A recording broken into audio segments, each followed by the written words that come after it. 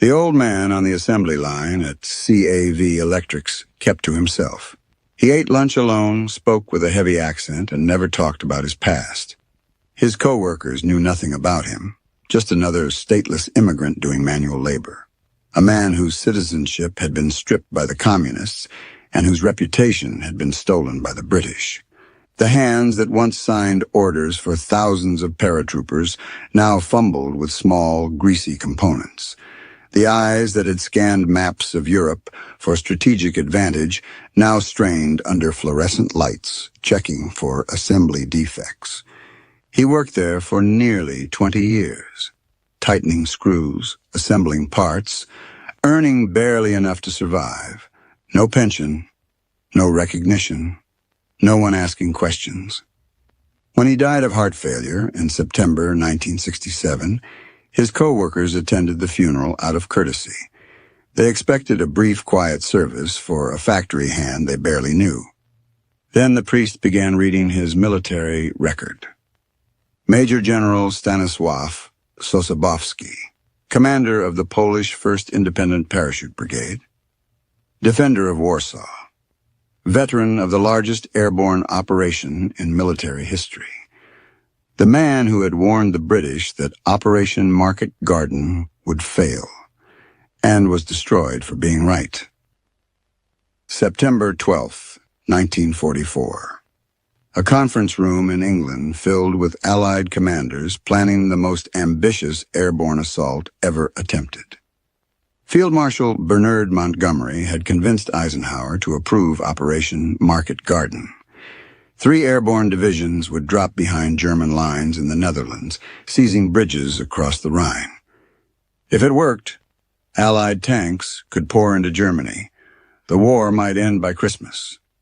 General Roy Urquhart of the British 1st Airborne Division presented the plan. Sosabowski sat in the back, studying the maps with growing alarm. The drop zones were 7 miles from the Arnhem Bridge, 7 miles of hostile territory that lightly armed paratroopers would have to cross on foot. To a civilian, 7 miles sounds like a morning hike.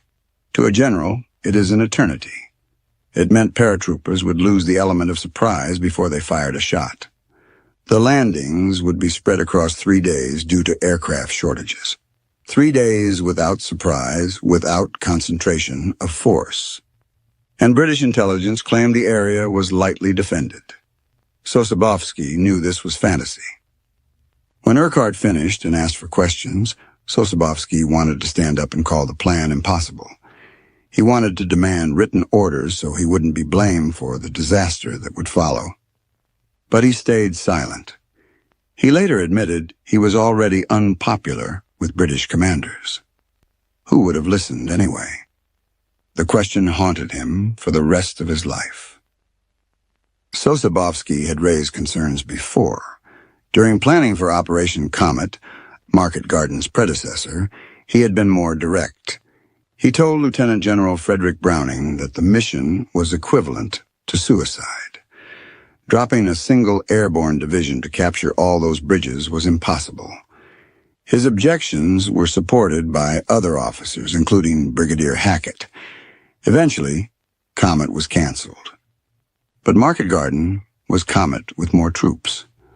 The fundamental problems remained. At one planning session, a British officer presented optimistic assessments of German weakness. The enemy was beaten, demoralized, incapable of serious resistance. Sosabowski interrupted in his deep, accented voice. But the Germans, General. The Germans. The room went cold. This wasn't just disagreement. It was a breach of etiquette. A foreign officer speaking accented English, telling the heroes of the British Empire that their master plan was a death trap. You can imagine the uncomfortable shifting in chairs, the shared glances between British officers, the unspoken consensus that Sosabowski was being difficult simply by being realistic. Sosabowski tried to explain. Arnhem was the gateway into Germany. The Wehrmacht would defend it with everything they had.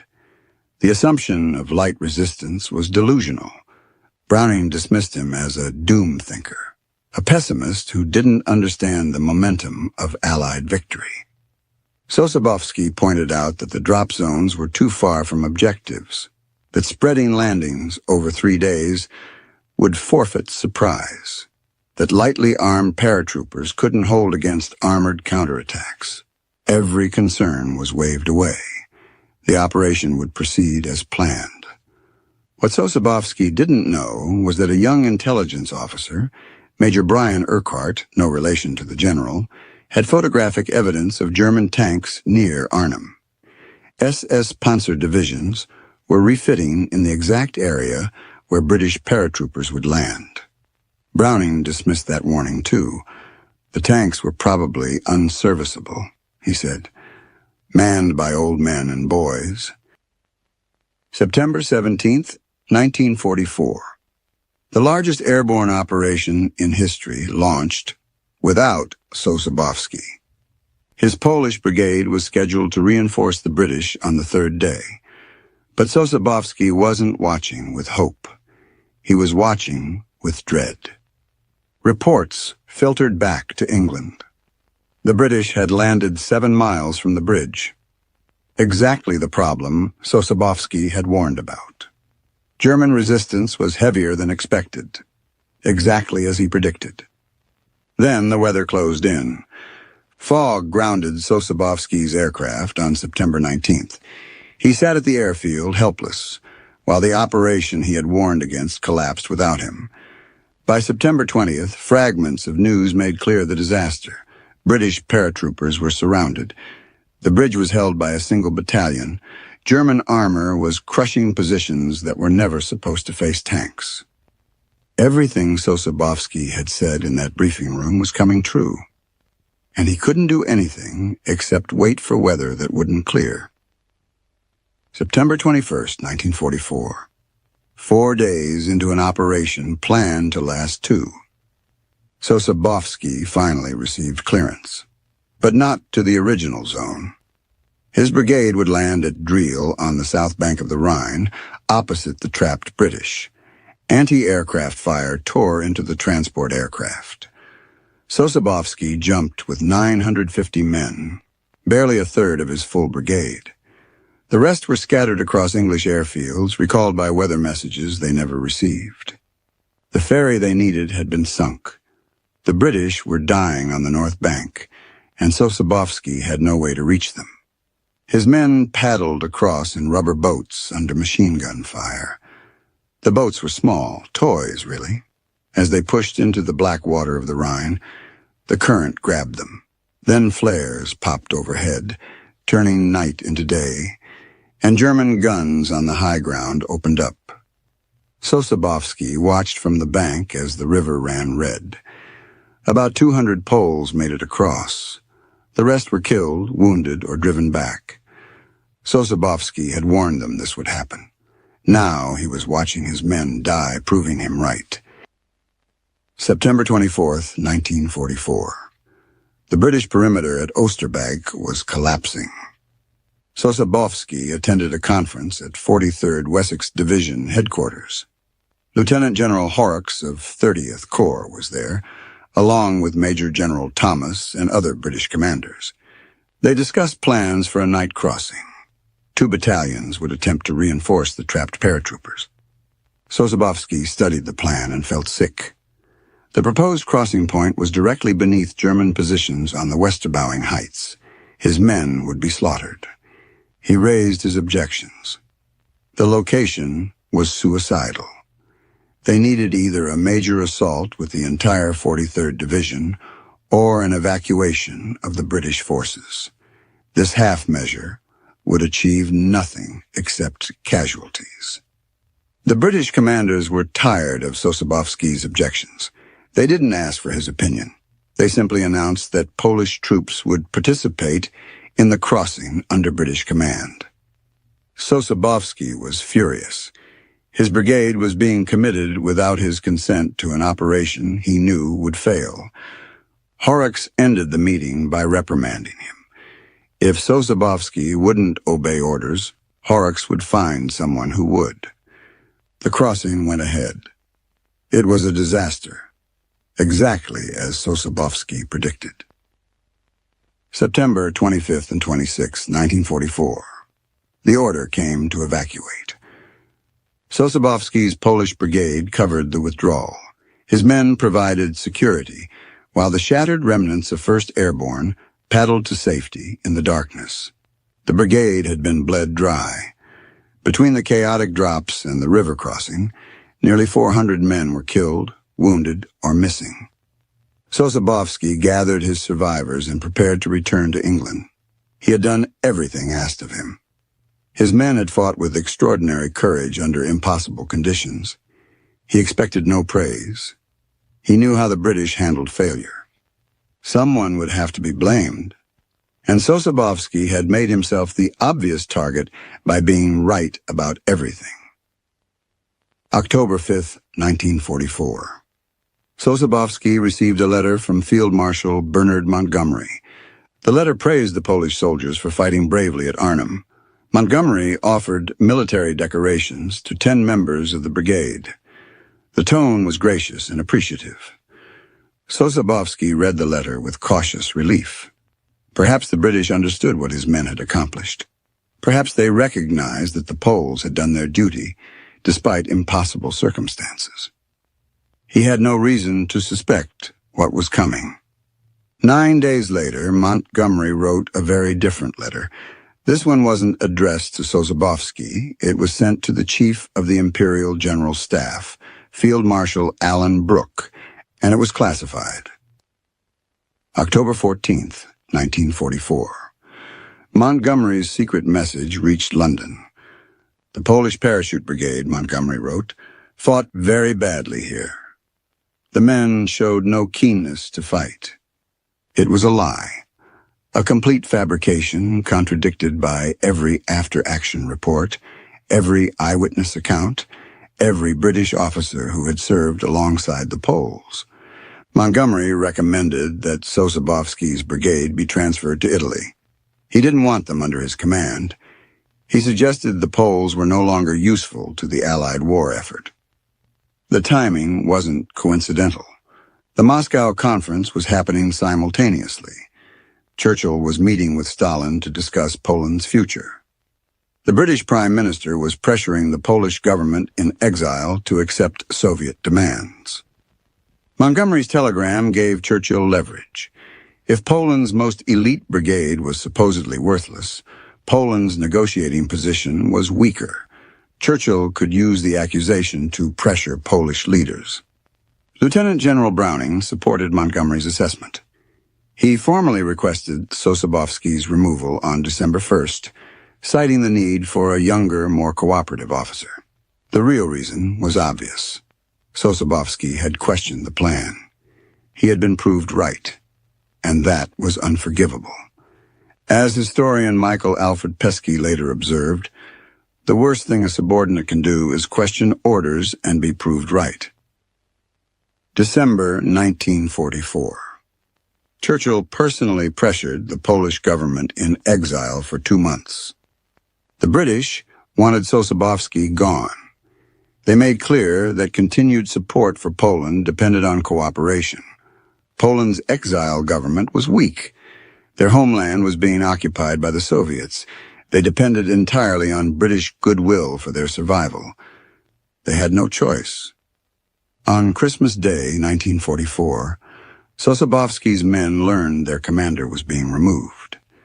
The paratroopers who had followed him through Market Garden, who had watched their friends die in the rubber boats crossing the Rhine, were devastated. They started a hunger strike. These were elite soldiers who had survived one of the war's worst disasters. They were willing to starve themselves rather than accept the injustice being done to their general. Sosabowski heard about the protest and immediately intervened. He ordered his men to stop. He wouldn't let them suffer for his sake. On December 9th, 1944, the Polish president sent the letter relieving Sosabowski of command. He formally handed over on December 27th. 2 of his brigade officers resigned in protest. The general who had warned against Market Garden, who had been right about everything, was reassigned to command rearguard troops. a humiliating demotion for one of Poland's most distinguished officers. Montgomery and Browning had won. The scapegoat had been sacrificed. The war ended. Sosabowski could not go home. Communist Poland was controlled by the Soviets, the same Soviets his brigade had been created to fight. Officers who returned faced imprisonment, torture, or execution. In September 1946, the communist Polish government stripped Sosabowski of his citizenship. He became a man without a country, stateless for the rest of his life. He managed to bring his wife and son from Poland. His son Stanisław had lost his sight during the Warsaw Uprising, serving as a medic in the resistance. The family settled in West London with nothing. There was a cruel irony in their small home.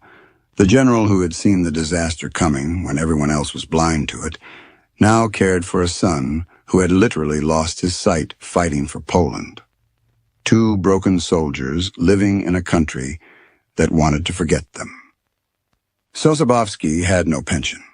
The British government provided no support for Polish veterans who had fought under British command. The exile government had no resources. At age 57, Major General Stanisław Sosabowski applied for work at factories. He found a job at CAV Electrics in Acton, an assembly plant. Manual labor, minimum wage. For nearly 20 years, he worked there. The man who had commanded elite paratroopers spent his days on a factory floor, anonymous and poor. His co-workers didn't know. He never talked about the war, never mentioned Montgomery or Market Garden, or the bridges at Arnhem. In 1960, he published his memoirs. The book was called Freely I Served. Few people read it. He worked at the factory until he was 75 years old. September 25, 1967. Stanisław Sosabowski died of heart failure at Hillingdon Hospital. He was buried in a London cemetery. His co-workers stood alongside weeping paratroopers, finally understanding who the quiet old man on the assembly line really was. It wasn't until 1969 that his loyal soldiers managed to bring his remains home to Warsaw. At the Pavansky Military Cemetery, among the graves of Polish soldiers who had died fighting for their country, the general was finally laid to rest among his own. But it took decades more for full vindication. In 2006, Queen Beatrix of the Netherlands awarded the Military Order of William to the Polish 1st Independent Parachute Brigade. It was one of the highest military honors the Dutch could bestow. Sosabowski himself was posthumously awarded the Bronze Lion. The Dutch government acted despite British diplomatic pressure against the recognition. A Dutch television documentary had finally told the truth about what happened at Driel. Prince Bernhard of the Netherlands said the Poles deserved to be honored with at least a medal. The village square in Driel was renamed Sosabowskiplein. A statue of the general now stands there, looking across at the house where he established his headquarters in September 1944. And finally, in 2025, 80 years late, the British government broke its silence. At a historic ceremony in Warsaw, the UK Defence Minister officially paid tribute to the extraordinary courage of Sosabowski and his men. The Polish government called it a restoration of honor. It wasn't a full apology for Montgomery's lies, but it was the vindication the general had been denied for his entire life. It took 8 decades for the truth to catch up to the politics. Montgomery got the statues and the fame in his lifetime. Sosabowski got something more lasting, the judgment of history. Browning escaped accountability entirely. He was knighted after the war. His famous phrase about going a bridge too far became the title of the definitive book and film about the disaster. Sosabowski's crime was simple. He told the truth to men who didn't want to hear it. He was right when being right was unforgivable. History is written by the victors, they say, But in this case, history was written by men who needed to cover up their failure. The old man in the factory knew things his co-workers couldn't imagine. He had commanded men in combat, buried friends in foreign soil, and watched his warnings come true at the cost of thousands of lives. He never complained. He never sought recognition. He just worked his shift and went home. But as he stood on that assembly line, covered in grease and anonymity, Sosabowski possessed the one thing Montgomery never did: a clean conscience.